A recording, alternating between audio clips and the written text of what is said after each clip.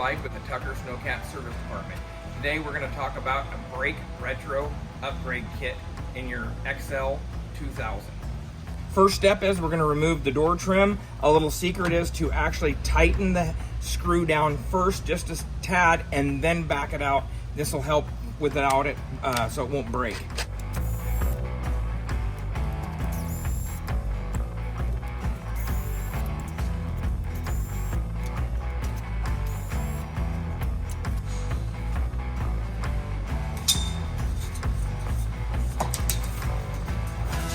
So the second step is we're going to remove the kick plate.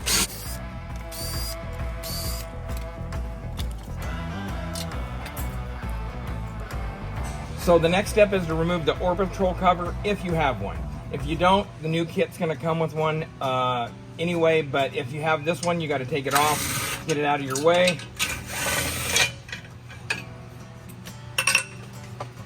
Save all your bolts and nuts from all the different parts that you take apart, because you'll be reusing quite a few of them. So we're going to move along to removing the throttle pedal.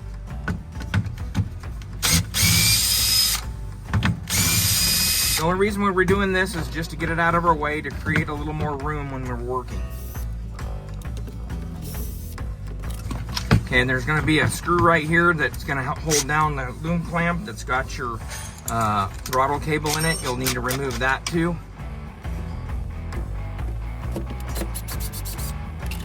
Okay, once you got that removed, we're going to go to removing the original brake on the outside of the cat. So this part, what we're going to do is we're out here to cut the original brake lever off. So we're going to cut in between the tube and the brake lever going up as close to the brake lever as you can. We here have a Sawzall with a heavy duty metal blade on it, just to make sure that we're not going to fight it. Now that we have the brake lever Sawzalled off, you can see it's loose. Reach up here, unhook your spring. We'll pull this out from the top in a minute. Now your clevis is going to come off of the brake master cylinder rod, and you can just pull this out, and then you can discard this and the brake lever that's coming out. All right, so what we got here is we're going to disassemble the hoses off of the orbital. So the easiest way to do this is to mark each orbital fitting and the hose that is going to it with the same colored zip tie. This will help you later when you got to put them back on here. You can write on them with a Sharpie, but unfortunately the hydraulic fluid tends to take the Sharpie off, and you could end up having to trace all your hoses back again. So we found that it's just easier to slip on a colored zip tie, and then you'll be okay.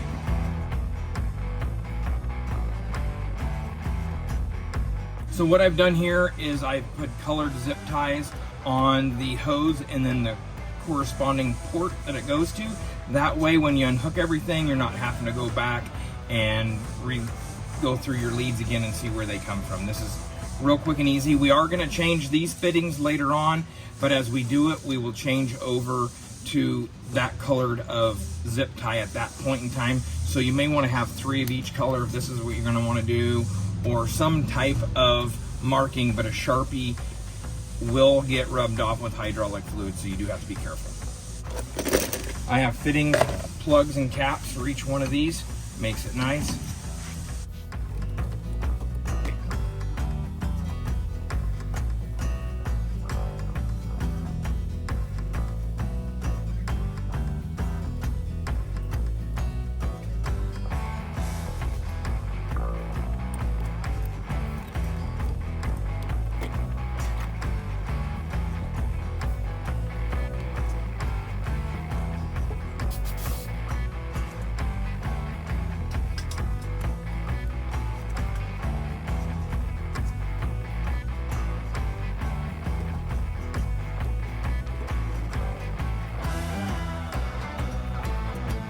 Okay, once we're done with this, we can go ahead, tighten these, just give them a little snug so you don't make yourself a big mess, and then we'll go ahead and finish removing the orbital from the steering column.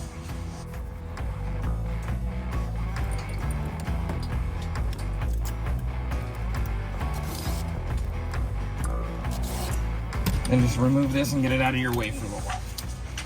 All right, so what we're gonna do now is take the spiral wrap off, get the spiral wrap off, and then we're gonna move to pulling the hoses out of through the grommet of the floor.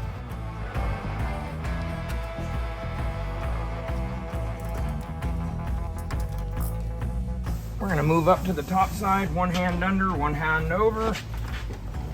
Do one at a time, it'll make it way easier. Take and bend the other ones back.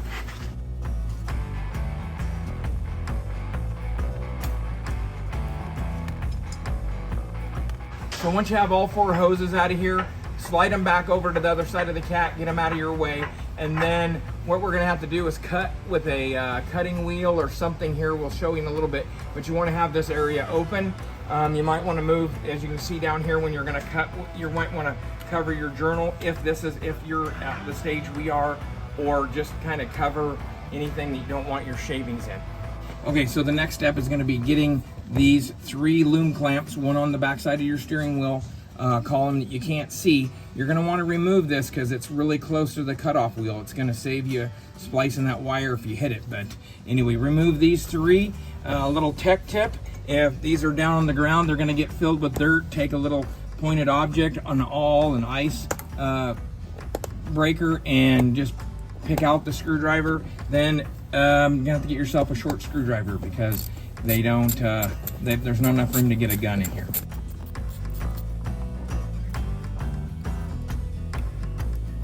So at this point now you can remove the old master cylinder, the line, and all the way back to the reservoir can be removed, and the supply line down to the brake switch can be removed, and because the new system is going to come with a brake switch and a new brake line that'll come down in here. Okay, so now we're going to get the wire that we took the 3 screws out of and got the loom clamps loose. We're going to get this up and out of our way so we don't injure it in any way. Then we're going to pull our floor mat up, kind of shake the dirt there, kind of help ourselves here. Maybe vacuum it up a little bit now that we got the dirt in a pile. Once you get it like that, you're going to just kind of roll this up. It's going to give you more room. I got just a little piece of angle metal here I made. Just slides that in, just holds it back for me. You can go ahead and pull this grommet out. This grommet is no longer needed. You're going to plug this hole, and we're going to give you a new grommet for the hole that you're going to put in here in a minute. Okay, go ahead and take a 1/4 inch nut driver. We're going to remove the access panel.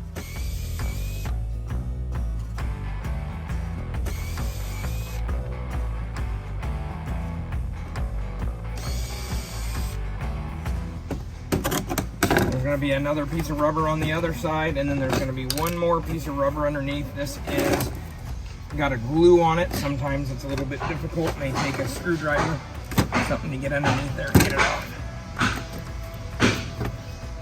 All right, so now what we're gonna do is we're gonna move on. I'm gonna clean this area, and then I'm gonna lay down my template. So once you get all the screws out of this plate, save this plate. It's gonna move over here in a little bit, and it's gonna come right over here, and this is gonna be the block off plate for this hole. It won't cover the whole thing, but between the plate you're gonna put in here and this plate, it'll cover 99% of it, and we silicone it anyway. Okay, so this stage, what we're gonna do is I have aluminum templates. You're gonna have a paper template, but it'll be the same thing, just draw around it. You'll have to cut out some little notches, but you'll lay the template in. This notch right here is gonna go around your steering column, and then what you're gonna do is you're gonna take a measurement from this flat plate here inside your brake hole to the rubber, and then this line right here is gonna line up with that. So I'm gonna stick my template in there. I'm gonna pull a measurement.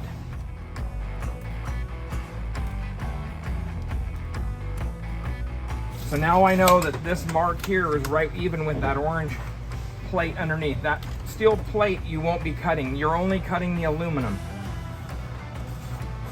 Trace around your template. Now there is a little piece of metal that sits underneath the aluminum right about here that is steel, that is welded to that little tab will get cut off. Then right over here is a is a little 1/4 inch hole, and this is where you're going to drill your 2.5 inch hole. And then there's a second template, and you need part of it now and part of it later. The second template has on it a 1 3/8 hole. All you're going to do with this right now is mark that hole right at this point. Okay, so now what I'm going to do here is I'm going to put a canvas tarp in here so that when I'm zip wheeling this out, I have something to catch, so I'm not covering the cab in shavings. So what we have here is a die grinder with a 3-inch thin wheel. I got my PPE on. I'm going to come into the cab here, and you can see that we've tarped over the hole I'm going to cut in the cab. This is just going to keep the mess to a minimum. And anyway, I'm going to get with it.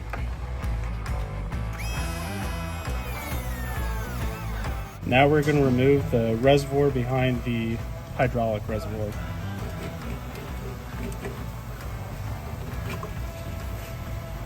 So you can see we've taken the tarp down now. We check fit the plate before we took all our tarp down, make sure it fits in. Now at this step, what we're going to do is we're going to go ahead, I'm going to drill the holes for the plate going through here. There's 5 of them. There's going to be the 1 3/8 hole and the 2.5 inch hole. And then you remember the plate that you removed from here, it is now going to come off and go right to there. So that's what we're going to do in this step.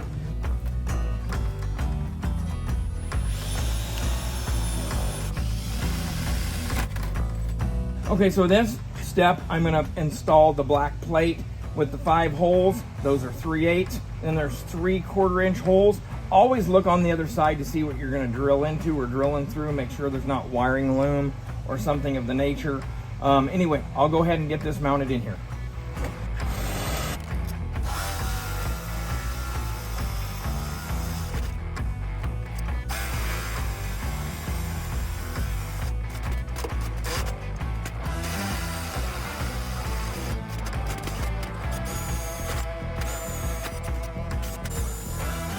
So what we're going to do now is put a bead of caulking around this. You want to put a nice thick bead, and what this is going to do obviously is keep the moisture from coming up through the floor. Then we're going to take this and we're going to install it into the cat.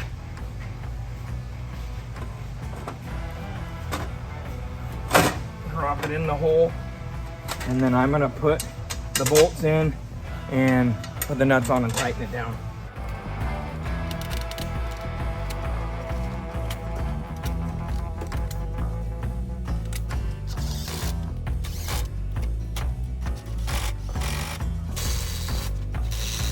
So the brake cover plate that you removed earlier, just go ahead and place that over the hole, cover it as best as you can.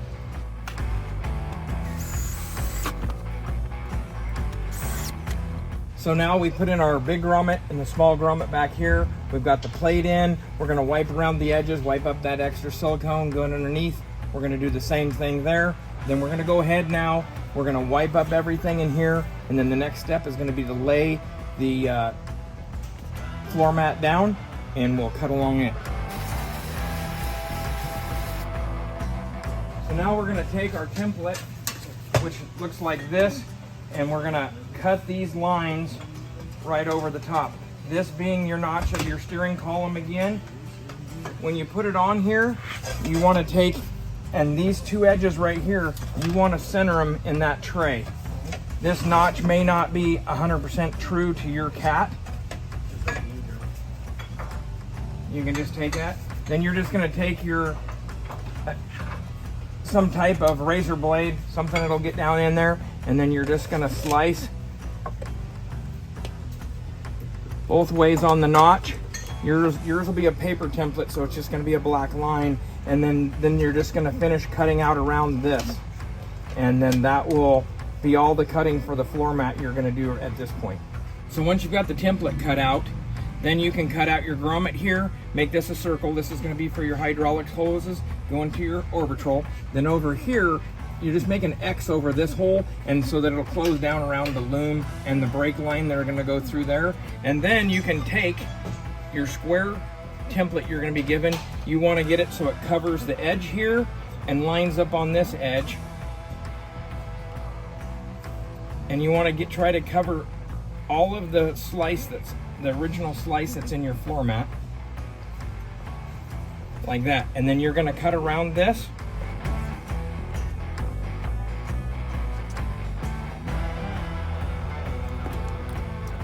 So once you've cut the square old floor mat out, there should be a new chunk of floor mat. I always just kind of test fit it first. You can glue this in with whatever you like. What I do is I take my finger on the open side that's never going to take any glue. I put my finger right there. Now I'm going to go around with, we use Loctite 404, and I'm just going to put a nice bead of this right on the top side all the way around.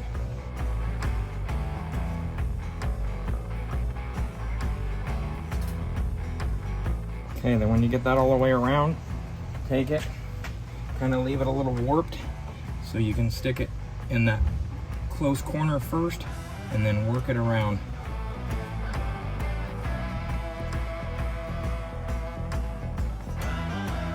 Sometimes you gotta hold this rubber together till the air gets out of it. You're gonna get it on your fingers a little bit, just gonna happen.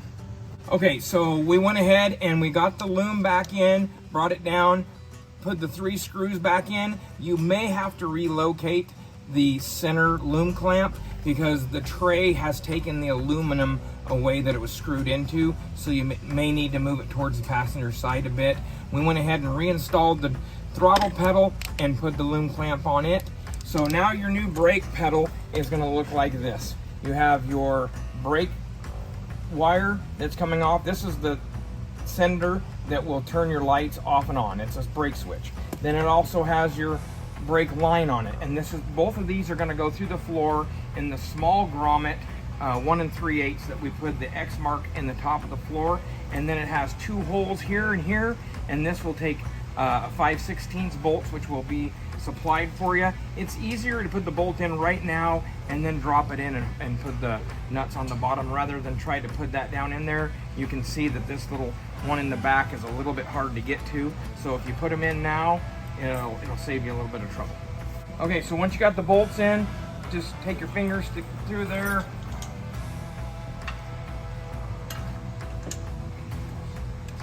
drop down through. Then you can take, you're going to want to push the plug through the hole first because this is going to be wide and this will take up too much of the space. So put your electrical plug through first and then put your brake line. Okay, so we got the new brake pedal mounted in the upper floor. Now we're down underneath the floor. We're going to pull the old brake switch and the tubing. Now on your Cat, this may be a little different in location. It might be a little closer to the master cylinder, but it's going to be in this general vicinity. We're going to unhook the line.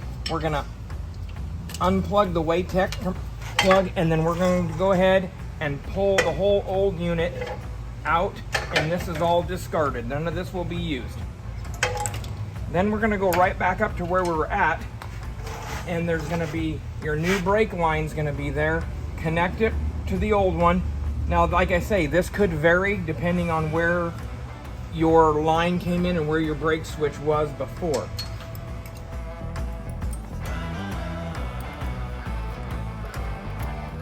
So now we're going to give you a jumper, and you're just going to plug it into the Waytech here and then plug it in over here. Then when you took your brake line off, there was loom clamps here and there's studs welded onto the frame. Just take that loom clamp, put it back on there, and then put it back on to the stud and put your the one loom clamp back on. Okay, so you can see that the brake line is mounted. I've taken and zip tied the harness to it, and then I'm going to take and I'm going to pull the steering lines through the frame. And if you'll notice, if you have an older model, they were up through the floor between the frame and they came up through here. Now you're going to route them down here, and then what we're going to do is there'll be extensions that'll come with the kit, and that'll extend these hoses about 22 more inches to get you up into the cab and get you to the Orbitrol. Now, the Orbitrol is right here, and what the Orbitrol is going to do now is it's going to turn a quarter turn to the driver's side. You're gonna remount it up in here like this, and then we're gonna change these fittings. Now, when you change these fittings, do one at a time, and make sure this is where your third color is gonna come in now. Third zip tie in each color is when you change each fitting, make sure you put the color back on it. And the same to go with the hoses. When you can leave your hose down there with the zip tie on it, and then when you bring it up in here, just make sure you don't cross plummet. Okay, so when you're remounting this, only mount the 2 passenger side. Leave this side open because your new orbital cover is going to go on this side, and you don't want to put any in there. And I would suggest leaving these just a little bit loose for a little bit of adjustment to get these started. We're going to go ahead now and change out these and get our hoses in here, and we'll show it to you when we're done. So you can see we have the orbital back on, and we've got the new fittings. The long 90s on the top, we've moved our zip ties over. We got the short 90s on the bottom with the zip ties on, so we know our colors. Then the other thing we went ahead and did is we got our hole in here. This is going to mount the bottle for your brake fluid. So the deal on this is you have a loom on the back side, and you don't want to drill into it, and you have a loom clamp right about here. So you're gonna each model is gonna vary a little bit, but you want to miss that loom clamp. You're gonna be somewhere between 9 1/4 and 9 1/2 inches up from the floor on the tube, not straight down, but following the tube up. And that's gonna mount you right about here. And then once you get that mounted, then you can run your tube. We already mounted it to the master cylinder, and then you can cut it to length here. So we'll do that for you real quick. And now this right here is gonna take a washer on both sides, and then you tighten her down.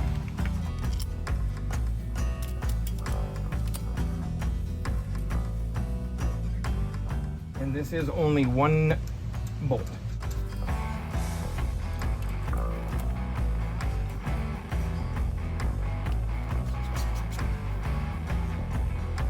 Get it level, and then go ahead and give it your last little. Just bring this up where it looks good. Don't bring it tight against anything. Just leave it a little bit loose. Bring it up in there. Mark it. And just put your clamp on it.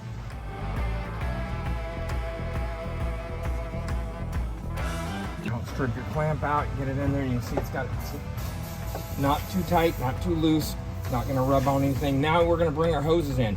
You want to bring your short 90 hoses in first. So I'm going to bring the blue and then the black. We'll go get those in. We'll tighten them down all the way, and then we'll bring in the orange, and then we'll bring in the lime green.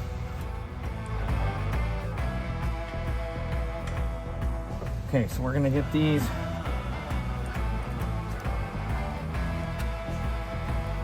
Now remember, when you're tightening these hoses, to put yourself a back wrench so that this hose doesn't spin. You want it in its natural state down underneath there. Now we're going to do this to each one.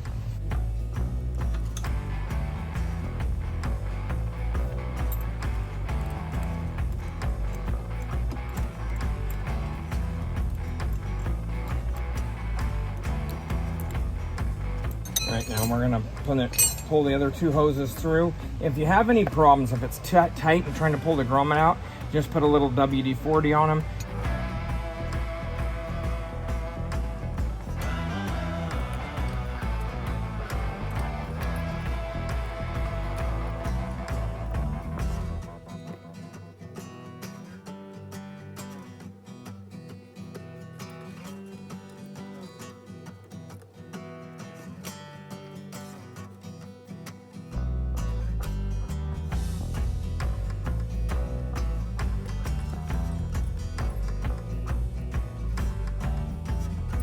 Okay, so we're going to leave the orbital color off for a while now that we have it like this, because we're going to look for leaks, and we're going to go down underneath. We're going to zip tie them together. We're going to route them, and then we're going to wrap the spiral wrap around them that'll keep them from rubbing and chafing anywhere, and keep them so that they'll last longer. Okay, so what we did is we got the black hose wrap on here, and you can see it's going to guard it from all the different things that could rub against the frame, the old brake mount, and then it's going to come up through here and come right up to the edge of the floor to guard it. And then once you come in here, we put black dum dum around in here. It's like a black sticky tar type substance. I don't know, 3M makes it, and you could probably get it at Napa or somewhere. Okay, so what we're gonna do now is put the new Orbitrol on here. You can see it's designed to go on the side.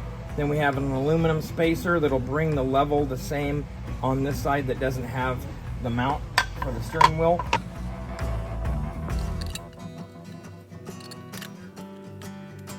You may have to wiggle the Orbitrol a little bit to get everything lined up.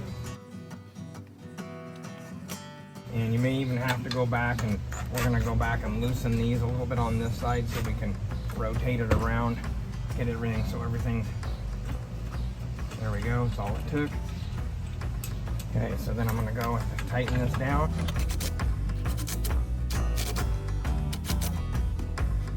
Now we're gonna put back on the door channel, and we're gonna fill up our reservoir bottle, and then we're gonna bleed the brakes. We have a power bleeder which sucks the brake fluid.